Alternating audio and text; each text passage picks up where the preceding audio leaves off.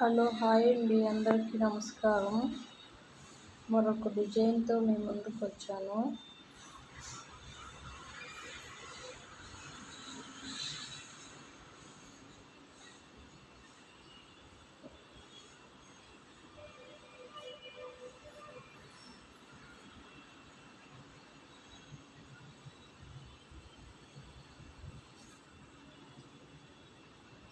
ఇలా కూడా వేసుకోవచ్చండి, చాలా అందంగా ఉంటుంది డిజైను.